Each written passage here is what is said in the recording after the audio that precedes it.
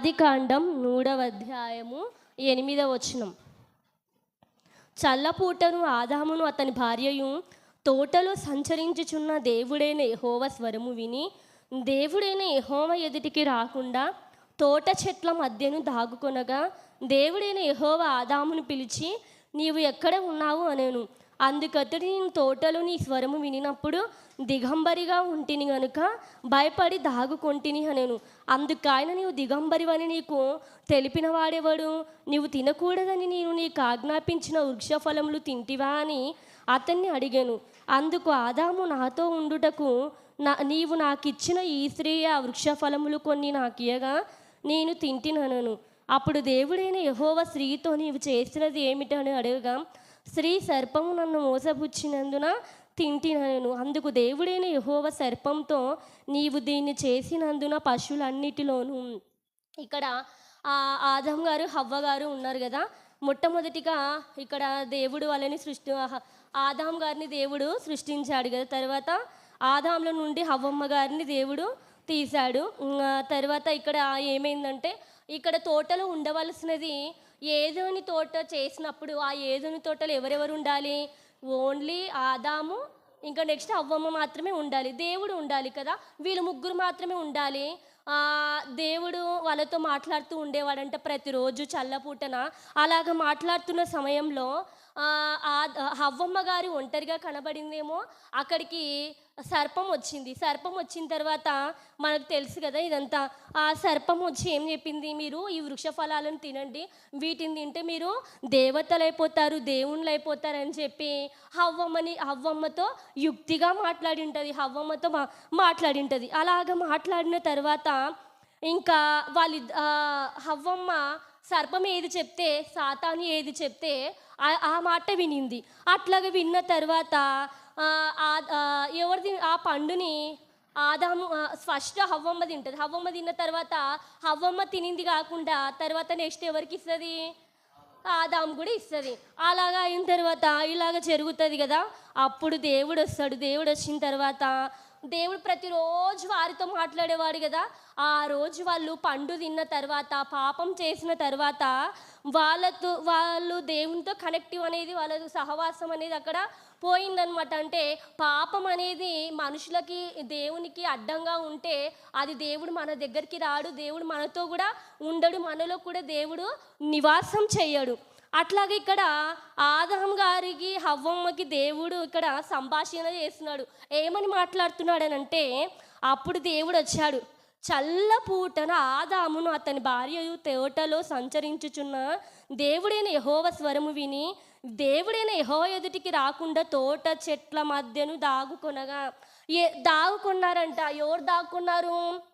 ఆదాము హవ్వ గారు. ఎందుకు దాక్కున్నారు? వాళ్ళు కదా దేవుడు తినవద్దన్న పండుని ఏం చేశారు? వాళ్ళు తిని వాళ్ళు దేవుడు చెప్పిన మాటను, ఆజ్ఞను ఏం చేశారు? అతిక్రమించారు. వాళ్ళు యెహోవా ఎదుటికి రాకుండా తోట చెట్ల మధ్యను దాగుకొనగా, అంటే దాగుకున్న పరిస్థితి ఎందుకు వచ్చింది? వాళ్ళు దేవుడు చెప్పిన మాట వినలేదు, దేవుడు చెప్పినట్లుగా వాళ్ళు బ్రతికి జీవించలేదు. దేవుడు చెప్పింది ఆదాము హవ్వకి ఒకటే పని. ఏం పని చెప్పాడు దేవుడు? వాళ్ళకి ఏమైనా బరువు బాధ్యతలు వాళ్ళ పైన మోపాడా? ఏం మోపలేదు. ఒక్క పని చెప్పాడు.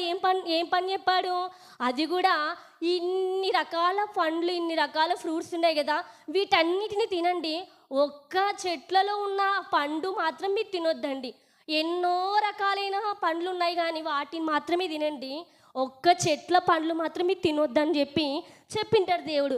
అలాగ దేవుడు చెప్పిన తర్వాత మనం దేవుని మాట వినాలా వద్దా? వినాలి కదా. అలాగే విన్నారా? వాళ్ళు వినలేదు. ఎవరో చెప్పిన మాట, మధ్యలో వచ్చిన వ్యక్తి మాట విని వాళ్ళిద్దరూ కలిసి ఏం చేశారు? పాపం చేశారు కదా, దాగుకున్నారు. ఎప్పుడు ప్రతి చల్లపూటన, ఉదయాన, సాయంత్రాన దేవునితో ఇద్దరు మాట్లాడుకునే వాళ్ళు. అప్పుడు యెహోవా ఎదుటికి రాకుండా తోట చెట్ల మధ్యను దాక్కున్నారంటే చూడండి. అంటే మనము ఇప్పుడు కొన్ని విషయాలు మనము దాక్కుంటాం కదా. ఏ విషయాలు మనం దాక్కుంటాము, ఏ విషయాలు మనం దాచిపెట్టుకుంటాము కదా. మన హృదయంలో అట్లాగే పాపాన్ని ఉంచుకుంటే మన పాపం ఇంకా ఎక్కువైపోతుంది కానీ తక్కువ కాదు కదా. ఇప్పుడు మనలో ఉన్న పాపము పోవాలంటే మనము దాచిపెట్టుకోకూడదు, మన హృదయంలో దాన్ని అలాగే ఉంచుకోకూడదు. మనలో ఏదైతే మన మనస్సు అనేది మనకు గద్దింపు చేస్తూ ఉంటుందో అది మనం దేవుని సన్నిధిలోకి వెళ్ళి దేవుని దగ్గరకు వెళ్ళి మనము అడగాలి. మరి మనం అలాగ అడుగుతున్నామా? కానీ ఇక్కడ చూడండి, దాగుకున్నట్లుగా ఇక్కడ ఆదాము హవ్వమ్మలు ఉన్నారు కదా. ఎంత బాగా ముచ్చటగా దేవునితో మాట్లాడుకునేవారు, దేవునితో సహవాసం చేసేవారు, దేవునితో సంభాషణ చేసేవారు. కానీ ఆ ఒక్క పండు తినడం వల్ల దేవునితో సహవాసం ఆగిపోయింది, దేవునితో మాట్లాడడం ఆగిపోయింది. అసలు దేవునితో ముచ్చట్లు కూడా అక్కడ లేవు కదా. ఆ పండు తినడం వల్ల దాగుకున్నారు. అసలు వాళ్ళు దాగుకొనవలసిన పరిస్థితి ఎందుకు వచ్చింది కదా. దేవుడు చెప్పిన పండుని తిన్నారు కాబట్టి, వాళ్ళు ఆజ్ఞను అతిక్రమించారు కాబట్టి వాళ్ళు దాగుకున్నారు. ఇప్పుడు ఒకవేళ ఆదాము హవ్వలు అలాగ చేసిన తర్వాత కూడా అవును ప్రభా మా వల్ల ఇది తప్పు జరిగిందని వాళ్ళు ఒప్పుకుంటున్నారా, దాక్కుంటున్నారా? ఒప్పుకోవడం లేదు. కానీ మనం ఒప్పుకోవాలి. అందుకే దేవుడు ఒక చోటున దేవుడు మనము చేసే వాటిని గురించి దేవుడు బాధపడుతున్నాడంట. యెషయా గ్రంథం చూద్దాం, 43వ అధ్యాయము 24వ వచనం. మనము చేసే పాపాలకు బట్టి ఆయనకు విసుగొచ్చేస్తుందంట, మనం చేసే వాటన్నిటిని బట్టి ఆయనకు ఆయాసం వచ్చేస్తుందంట. ఇక్కడ యెషయా గ్రంథము 43వ అధ్యాయము యెషయా గ్రంథం 43వ అధ్యాయము 24వ వచనం చూద్దాం. యెషయా గ్రంథము 43వ అధ్యాయము 24వ వచనంలో 5వ లైను చూద్దాం. అదే యెషయా గ్రంథం 43వ అధ్యాయము 24వ వచనంలో 5వ లైను. నీ పాపముల చేత నీవు నన్ను విసిగించితివి, నీ దోషముల చేత నన్ను ఆయాస పెట్టితివి. అంటే మనము చేసే పాపాలు బట్టి ఆయనకి ఏమొచ్చిందంట? విసిగొచ్చేసిందంట. నీ దోషముల చేత నన్ను ఆయాస పెట్టామంట. మనం చేసే దోషాల వల్ల, మనం చేసే పాపాల వల్ల ఆయనకు విసిగొచ్చేసింది, ఆయనకు ఆయాసం వచ్చేసింది. మరి ఆయన ఓపిక కలిగి ఉన్నాడా? దీర్ఘశాంతం చూపుతున్నాడా? మన పైన కోపం చూపుతున్నాడా? లేదు కదా. కిందికి చూసినట్లయితే ఆయన మన పాపాల చేత నీ పాపముల చేత నీవు నన్ను విసిగించితివి, నీ దోషముల చేత నన్ను ఆయాస పెట్టితివి, నేనే నా చిత్తానుసారంగా నీ అతిక్రమములను తుడిచివేయుచున్నాను.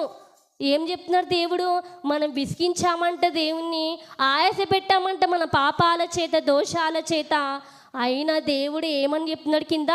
నేనే నా చిత్తానుసారంగా నీ అతిక్రమములను తుడిచివేయుచున్నాను. ఏం చెప్తున్నాడు దేవుడు? మన పాపాలను, మన దోషాలను తుడిచివేస్తున్నాడంటే దేవుడు. ఎప్పుడు తుడిచివేస్తాడు? ఎప్పుడు మన దగ్గర నుండి అవి తొలగిపోతాయి? ఎప్పుడైతే నువ్వు పశ్చాత్తాప హృదయంతో దేవుని దగ్గరకు వచ్చి నువ్వు ఎప్పుడైతే అడుగుతావో అప్పుడు మనలో ఉన్న దోషాలు, మనలో ఉన్న పాపాలు ఏమైపోతాయంట? మన అతిక్రమములు తుడిచివేయబడతాయంట. అందుకే దేవుడు నేను నీ పాపములను జ్ఞాపకము చేసుకొనను, నాకు జ్ఞాపకము చేయము, మనము కూడి వాదింతుము. అంటే మనము చేసే పాపాలను దేవుడు ఏం చేసుకోడంట? జ్ఞాపకం చేశాడంట, జ్ఞాపకము చేసుకోడంట. ఆడ ముందర చూసినట్లయితే ఏముంటుంది? పాపాల చేత విసిగించాము, ఆయనను ఆయాస పెట్టాము, ఆయనను దుఃఖ పెట్టాము, ఆయనను బాధ పెట్టాము, ఏడ్పించాము. అనేక విషయాల్లో మనం చేసే చాష్టాల వల్ల ఆయనకు బాధ కలిగింది, వేదన కలిగింది. అయినా సరే ఆయన ఓపికతో, ఓర్పుతో, సహనం కలిగి మనము ఎప్పుడైనా ఎలాగైనా తిరిగి నా పిల్లలు నా దగ్గరకు వస్తారని చెప్పి ఆయన అతిక్రమములను ఏం చేస్తున్నాడంట? తుడిచివేస్తున్నాడంట. నేను నీ పాపములను జ్ఞాపకము చేసుకొనను. మనం ఒకసారి పాపం చేసిన తర్వాత మనకు తెలుసో తెలియక, కొంతమంది తెలిసి చేస్తారు కదా, అలాగ చేసినా కూడా ఈసారి మరల నేను ఆ తప్పు చేయను ప్రభా, ఆ పాపం చెయ్యను ప్రభా, నేను ఆ పాపానికి మళ్ళీ బానిస కాను అని చెప్పి ఒకసారిగా నువ్వు దేవుని సన్నిధిలోకి వెళ్ళి అడిగితే, గోజాడితే మన అతిక్రమములు, మన పాపములు ఏం చేసుకోడంట? ఆయన జ్ఞాపకం చేసుకోడంట. మన గురించి ఏమైనా మన లోతైన విషయాలు మనుషులకు తెలిస్తే వాళ్ళు జ్ఞాపకం చేసుకొని పదే పదే గుర్తు చేసుకొని ఎత్తి చూపుతారు. కానీ దేవుడు మాత్రం ఎత్తి చూపుతాడా? మనలో ఉన్న పాపాలని కానీ మనలో ఉన్న వాటన్నిటిని గురించి దేవుడు ఎప్పుడు ఎత్తి చూపడు. ఎందుకంటే నీవు దేవునికి ఇష్టమైనవు, దేవుడు నిన్ను ప్రేమించాడు. అందుకే మనం ఆయనను ప్రేమించితిమని కాదు కానీ ఆయన మనల్ని ప్రేమించి ఆయన మన కొరకు అక్కడి నుండి ఇక్కడకు ఎందుకు వచ్చాడు? మన పాపాల నిమిత్తమై తన శరీరాన్ని తన రక్తాన్ని ఇక్కడికి కార్చడానికి వచ్చాడు కదా. అందుకే మనం ఏం చేయాలి? ప్రతి ఒక్కటి దేవుని దగ్గర మనము చేసిన, ఒకవేళ ఆలోచనలో మనం తప్పిపోతే, ఒకవేళ మన నడకల్లో తప్పిపోతే, మనం ఏ విషయంలో తప్పిపోయినా కూడా దేవుడు మన అతిక్రమాలను ఏం చేస్తాడంటే దేవుడు తుడిచి వేస్తాడంట. మన పాపాలను ఇక మీదట దేవుడు ఏం చేస్తాడంట? జ్ఞాపకం చేసుకోడంట. ఎప్పుడు జ్ఞాపకం చేసుకోడు? నువ్వు ఎప్పుడైతే దేవుని సన్నిధికి వచ్చి కన్నీరు కారుస్తూ నీ పాపాలను ఒప్పుకుంటూ పశ్చాత్తాప హృదయంతో నువ్వు దేవుని దగ్గర అడిగావంటే ఖచ్చితంగా మన పాపాలను, మన అతిక్రమాలను, మన దోషాలను దేవుడు ఏం చేస్తాడంట? తుడిచి వేస్తాడంట. ఇప్పుడు ఆదాము హవ్వమ్మ గారు ఎందుకు దాక్కున్నారు? వాళ్ళు ఒకవేళ ఫస్ట్లోనే అవును ప్రభు మేము పాపం చేశాము, తప్పు చేశాము, మా అతిక్రమంలో తుడిచివేయను అడిగారా? దాక్కున్నారు వాళ్ళు భయపడి కదా. అట్లాగా ఇక్కడ ఆదాము హవ్వలు అలాగా చేశారు కదా.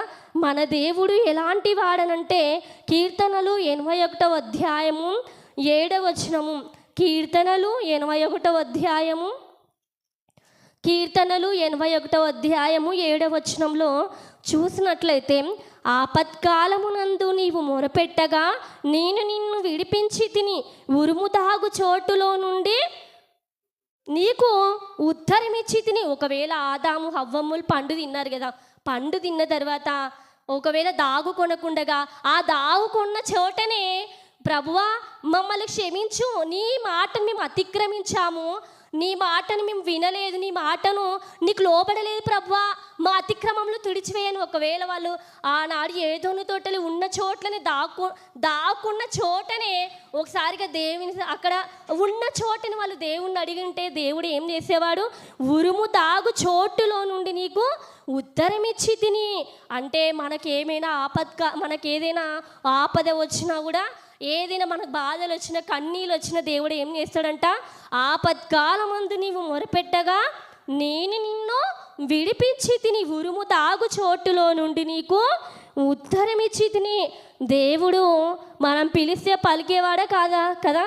కొన్నిసార్లు మనుషులు పలకరేమో కానీ దేవుడు ఖచ్చితంగా, నువ్వు ఎప్పుడైనా సరే టైం అంటూ లేదు, నువ్వు ఎప్పుడు పిలిచినా దేవుడు పలకడానికి సిద్ధంగా ఉంటాడు. కానీ నువ్వు దేవునితో మాట్లాడాలి, దేవునికి నువ్వు దగ్గర అవ్వాలి, దేవునితో కనెక్ట్గా ఉండాలి. అప్పుడు దేవుడు నీకు ఉత్తరం ఇస్తాడంట. నెక్స్ట్ నీవు మొరపెట్టగా నిన్ను ఏం చేస్తాడంట? దేవుడు విడిపిస్తాడంట. ఒకవేళ మన జీవితంలో నేను దాని నుండి దూరం కాలేకపోతున్నా, ఒకవేళ ఒకటి మనకంటూ మన జీవితంలో ఉందనుకోండి, నేను దాన్ని దూరం పెట్టలేకపోతున్నా, దాన్ని మర్చిపోలేకపోతున్నా, దాన్ని నేను అలాగే ఉండాలనిపిస్తుంది, అలాగే చేయాలనిపిస్తుంది అంటే, అట్లాగా ఉన్నప్పుడు మనం ఏం చేయాలి? ఆయన దగ్గరికి వెళ్ళి, దేవా ఈ పరిస్థితుల నుండి, ఈ ఆపత్కాలమందని నేను ఉన్నా కదా, నేను మొరపెట్టగా నువ్వు ఉత్తరం ఇచ్చే దేవుడు కదా అని చెప్పినప్పుడు దేవుని దగ్గర మొరపెడితే దేవుడు మనకి ఉత్తరం ఇస్తాడంట. మరి దాగు చోటులో నుండి ఏం చేస్తాడంట? ఉత్తరం ఇస్తాడంట, మనకు ఆన్సర్ ఇస్తాడంట, సమాధానం ఇస్తాడంట కదా. ఆదాము హవ్వమ్మలు ఏం చేశారు? అక్కడ దాగుకున్నారు. ఆదికాండం 3వ అధ్యాయము 12వ వచనంలో చూస్తే, ఆదికాండం 3వ అధ్యాయము 12వ వచనం, ఆదికాండము 3వ అధ్యాయము 12వ వచనం. అందుకు ఆదాము, నాతో ఉండుటకు నీవు నాకు ఇచ్చిన ఈ స్త్రీయే ఆ వృక్ష ఫలములు కొన్ని నాకియగా నేను తింటిన నేను. అప్పుడు దేవుడైన యెహోవా స్త్రీతో నీవు చేసినది ఏమిటని అడుగగా, ఇక్కడ వాళ్ళు మళ్ళీ తినడమే కాకుండా వాళ్ళు తిన్న తర్వాత దాన్ని ఏం చేస్తున్నారు? వాళ్ళు కప్పిపుచ్చుకుంటున్నారు. మరి ఒకరి మీద ఒకరికి ఏం చేస్తున్నారు? వాళ్ళు సాకులు చెప్తున్నారు, చాడీలు చెప్తున్నారు కదా. ఇప్పుడు దేవుడు ఆదాం దగ్గరకు వచ్చి అడిగాడు, ఆదాం నువ్వు చేసిన పని ఏమిటంటే, అప్పుడు ఆదాం గారు ఏమంటున్నారు? ఇదిగో నీవు ఇచ్చిన ఈ స్త్రీ ఇచ్చినందుకు, ఈ స్త్రీ నాకు ఇచ్చింది కాబట్టి నేను తిన్నా అంటది. మళ్ళీ ఆ స్త్రీ దగ్గరికి వెళ్ళి దేవుడు అడిగితే నువ్వు చేసిన పని ఏంటంటే, అప్పుడు ఆ స్త్రీ ఏమంటది, ఈ సర్పమే నాకు ఇచ్చింది, మోసపుచ్చింది నన్ను అంటారు. అంటే వాళ్ళ మీద మనం చాడీలు చెప్పడానికి, వాళ్ళ మీద సాకులు చెప్పడానికి మనకు సమయం సరిపోతుంది. కానీ నేను తప్పు చేశాను, నేను తిన్నాను, నేను ఇలాగ తినడం వల్లే నాకు ఇలాగ జరిగిందని మనం అనుకుంటామా? ఆదాము హవ్వమ్మ గారు ఏం చేశారు? ఆదాం గారేమో హవ్వమ్మ మీదకి వేసాడు, హవ్వమ్మ ఎవరి మీదేసుకుంది? సర్పం మీదకి వేసింది. అది కరెక్టేనా? న్యాయమేనా? అది కాదు కదా. మరి సాకులు చెప్పారంట అక్కడ. మనం కూడా సాకులు చెప్పే వారంగా ఉండకూడదు కదా. అన్ని విషయాలలో సాకులు చెప్తూ ఉంటాం కదా. దేవుని పని విషయంలో సాకులు చెప్తాం, దేవుని మందిర విషయంలో వచ్చేసరికి సాకులు చెప్తూ ఉంటాం. ఆదాము హవ్వమ్మలాగా చాలామంది ఉంటాం. దేవుడు బైబిల్లో ప్రతి ఒక్కటి రాయించాడంటే వారి గురించి మనం నేర్చుకోవాలని దేవుడు వాళ్ళ సాకులు చెప్తారు కదా. ఏదైనా దేవుని పని ఉంది, మందిరం పని ఉందంటే రండి అంటే ఏం చెప్తారు? నాకు ఆ పని ఉంది, ఈ పని ఉంది. ఎప్పుడైనా సాతాను ఏం చేస్తాడనంటే, 1 తెస్సలోనికీయులకు రాసిన పత్రిక 2వ అధ్యాయము 19వ వచనంలో చూస్తే, 1 తెస్సలోనికీయులకు రాసిన పత్రిక 2వ అధ్యాయము 19వ వచనం చూద్దాం. 1 తెస్సలోనికీయులకు రాసిన పత్రిక 2వ అధ్యాయము 19వ వచనం, 18వ వచనం. దేని విషయంలో అభ్యంతరపరుస్తుంది? సాతాను ఎవరిని అభ్యంతరపరిచింది? మొదటిగా హవ్వమ్మ గారిని అభ్యంతరపరిచింది కదా. సాతాను మమ్మును అభ్యంతరపరిచి, ఇక్కడ పౌలు గారు రాస్తున్నారు, పౌలు గారిని సాతాను అభ్యంతరపరిస్తే ప్రతి ఒక్కరికి సాతాను అనేది అభ్యంతరపరుస్తుంది, ఆటంకపరుస్తుంది, సాకు చెప్తుంది కదా. ఇప్పుడు మనకు దేవుడు మనకు 6 రోజులు ఇచ్చాడు పని చేసుకోమని. ఈ 6 రోజులు పని అంత తక్కువ ఉంటుంది. కానీ కొంతమందికి ఎట్లా సాతాను ఇబ్బంది పెడతాడంటే, ఆదివారం రోజునే ఖచ్చితంగా ఆ రోజు వెళ్ళాలి, ఇంకా అంతే, అది పెద్ద పని ఆ రోజు కదా. అలాగ పని పెట్టేస్తుంది. అంటే సాతాను మమ్మును సాతాను అభ్యంతరపరుస్తుంటాడు. కానీ సాతాను పెట్టే వాటిని మనము తొలగించుకొని వస్తున్నా అప్పుడు నువ్వు నిజమైన విశ్వాసివి, నిజమైన దేవుని బిడ్డవి, క్రైస్తవురాలము కదా. కానీ సాతానుకి మనము లొంగిపోతే ఇంకా మనం ఏం చేయలేం కదా. సాకులు చెప్పేవారంగా ఉండకూడదు. ఇక్కడ ఒక వ్యక్తి ఉన్నాడు, డిఎల్ మూడి అని. ఎవరు? డిఎల్ మూడి. ఆయన ఈ మాట చెప్పాడు, ప్రతి ఒక్కరూ మరణించిన తర్వాత అందరూ పరలోకానికి వెళ్ళాలని అనుకుంటారంట. ఏమంట? ప్రతి ఒక్కరు మరణించిన తర్వాత పరలోకానికి వెళ్ళాలని అనుకుంటారు. కానీ బ్రతికినంత కాలము దేవుడు చెప్పినట్లుగా జీవించాలని మాత్రము ఎవ్వరు అనుకుంటామండి. ఊకే జస్ట్ మనం ఏమనుకుంటాము? బ్రతికినంత కాలము. నిజంగా ఈ డిఎల్ మూడు చెప్పినది కరెక్టే కదా. జీవించినంత వరకు మనం ఎంతవరకు అయితే జీవిస్తామో పరలోకముకు సంబంధించిన మనసు మాత్రం మనము కలిగి ఉండము. ఏంటంటే అర్థమైందా? బ్రతికినంత మనము మరణించిన తర్వాత పరలోకాన్ని ఆస్వాదించాలని అనుకుంటామంట. కానీ జీవించినంత కాలము పరలోకానికి సంబంధించిన మనసు మాత్రము కలిగి ఉండమంట కదా. అందరు పరలోకానికి వెళ్ళాలని ఇష్టపడతాము, అందరు పరలోకంలో ఉండాలనే ఇష్టపడతాము కదా. అట్లాగా ఇక్కడ ఆదాము హవ్వమ్మలు ఒకరిపైన ఒకరు సాకులు చెప్తున్నారు కదా. మనం కూడా దేవుని పని విషయంలో సాకులు చెప్పకూడదు, దేవుని మందిర పని విషయంలో సాకులు చెప్పకూడదు, మందిరానికి వచ్చే విషయంలో సాకులు చెప్పకూడదు కదా. పని ఇంకా దేవుని మందిరం పని అంటే వెంటనే మనకున్న పనులన్నిటిని పక్కన పెట్టేసి కానీ మనం ఏం చేయాలి? దేవుని విషయానికి మనము రావాలి కదా. సాకులు చెప్పే బిడ్డలంగా మనము ఉండకూడదు.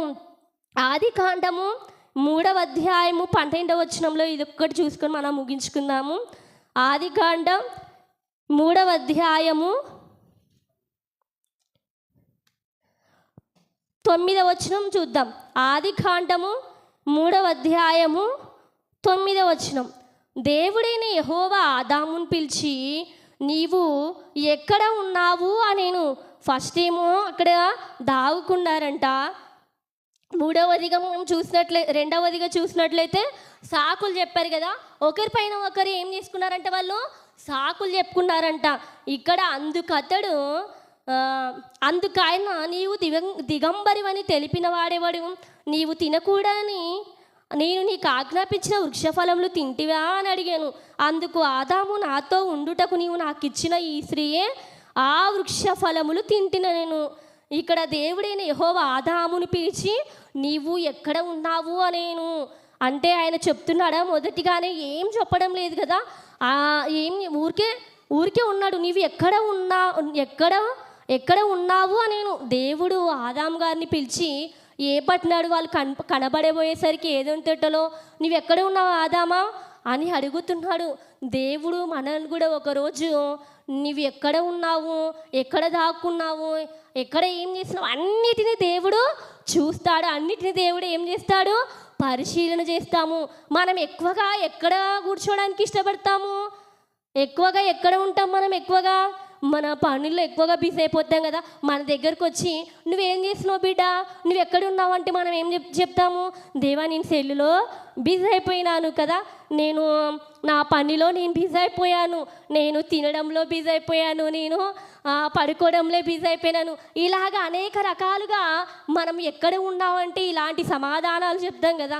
మరి దేవుడు వచ్చి మనం అడిగినప్పుడు ధైర్యంగా ఆయన ఎదుట నిలబడి, ప్రభువా ఇదిగో నీ సన్నిధిలో ఉన్నాను, నీ సన్నిధిలో ఇదిగో వాక్యం చదువుకుంటున్నాను, ప్రార్థన చేసుకుంటున్నాను, నీ సన్నిధిలో నేను గడుపుతున్నాను, నీ ఆరాధనకు నేను వచ్చానని చెప్పడానికి మన దగ్గర ధైర్యం ఉండాలి కదా. అందుకే ఇక్కడ చూసినట్లయితే మొదటి యోహాను రాసిన పత్రిక 2వ అధ్యాయము 28వ వచనం చూద్దాం. మొదటి యోహాను రాసిన పత్రిక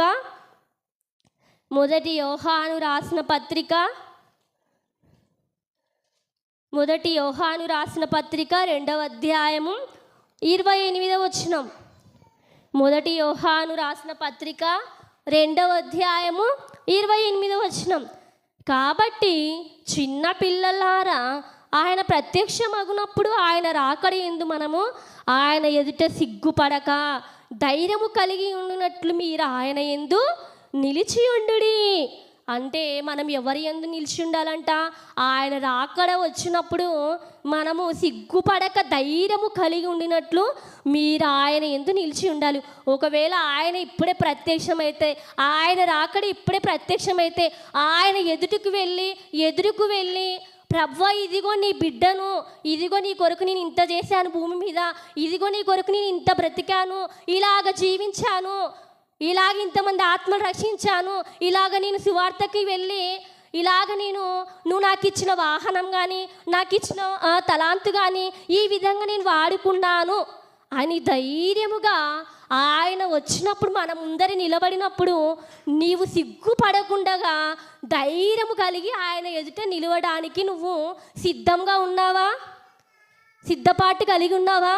ఆయన దగ్గర మాట్లాడడానికి ధైర్యంగా ఉండడానికి సిద్ధంగా ఉన్నావా? ఇప్పుడు కలెక్టర్ దగ్గరికి వెళ్తాం. కలెక్టర్ దగ్గరికి వెళ్ళడానికి మనం వెళ్ళేటప్పుడు మనం ప్రిపేర్ అయిపోతాం.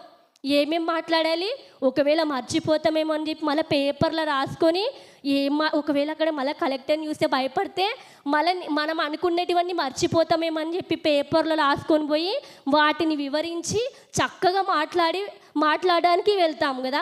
ఒక కలెక్టర్కి నువ్వు అంత రెస్పాన్సిబిలిటీ ఇస్తే మరి నిన్ను పుట్టించిన దేవుడు ఒకవేళ నీ ముందర వచ్చి నిలిచి ఉంటే అప్పుడు నువ్వు ధైర్యంగా సిగ్గుపడకుండా నీవు చెప్పడానికి, ఆయనతో నువ్వు మాట్లాడడానికి, నేను ప్రభువా ఇలా ఉన్నా కూడా నా బ్రతికి ఇలాగ జీవించినా కూడా మరలా నేను ఆ పాపంలోకి వెళ్ళలేదు, ఆ లోకంలోకి వెళ్ళలేదు, నేను అలాగ చేయలేదు ప్రభువా, నేను అలాగ జీవించలేదు ప్రభువా అని చెప్పడానికి ధైర్యం మనకు ఉండాలి. సిగ్గుపడక ధైర్యము కలిగి ఉన్నట్లు మీరు ఆయన యందు నిలిచి ఉండాలి.